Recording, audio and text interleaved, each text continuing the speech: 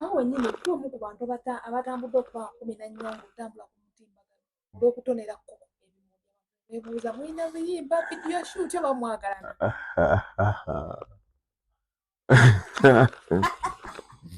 amanyabo kati gwe bona odda ku buli kyolaba ku intaneti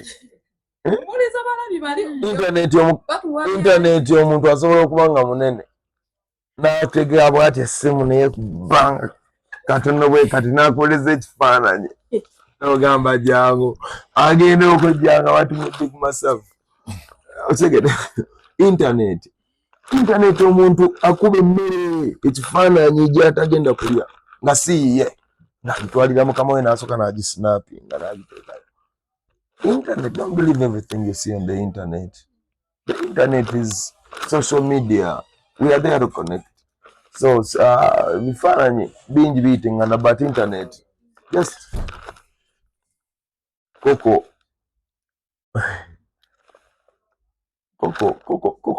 kyali wange.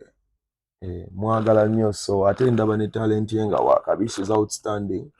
Ate ekirala taata we mukwano gwaffe, ate mukulu waffe, ate muganda waffe, ate atuwadde ebyokulabirako bingi, ensonga lwaki naffe muntu mulungi, ensonga lwaki naffe tulina okuyisa obulungi obwewe kuba alabika ayinza engeri gy'aliko ebibala ebirungi ayinza okuvaako ekibala ekirala ekirungi. Okitegedde? Katukikiririzaamu. Ekibuuzo kyange ekisembayo waliwo kapidi akaafuna n'agakaawo ng'ogenze wa Pastor Kiganda. Abantu beebuuza Uncle P alokose naye lwaki alokodde wa Pastor Kiganda tagenze wa Bugembe ng'abalala?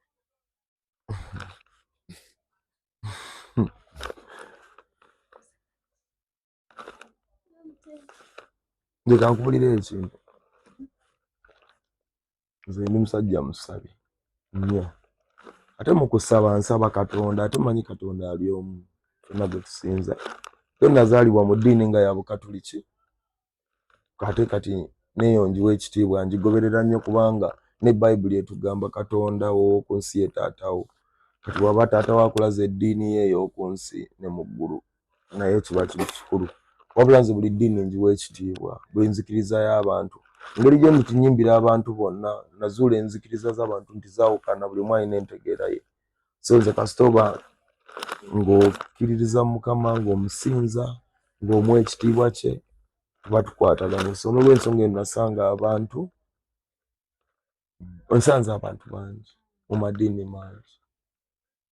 Nensinza era nze kasita ndaba nga osinza Mukama Katonda, osinza Yesu Kristo,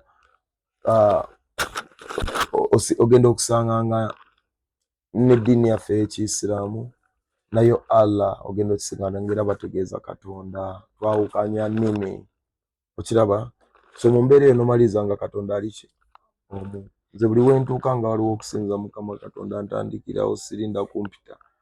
So twali mu kusinza, waliwo muganda wange bamuyita Major Herbert Ndiwalana, mukwano gwange nnyo. Okumanya mukwano gwange ezo olumu nerabira n'endowooza nti ne Major linnya lye. So nga Herbert n'endowooza oba ye Major nti linnya mumanyidde mu ddiini, mumanyidde mu bintu bya kusaba. So nampita ne nzija ne bangamba Pastor Kiganda yali ayagala kunsabira mpa omukisa ogw'enjawulo engeri gye ngenda mu concert yange nange nga tuvudde mu ya Gladiator. Ne olw'ebyo testimony ze mpadde ku Mukama ze yali yankoledde nansabira ne tugenda mu maaso. So ewa Pastor Wilson Bugembe nsabirayo, ewaffe mu Bakatuliki nsabirayo, wensanga Abaganda nga Basiraamu ng'etugenda mu Ramadhan nga tusaala nabo, kasa tuba nga tutendereza Mukama Katonda.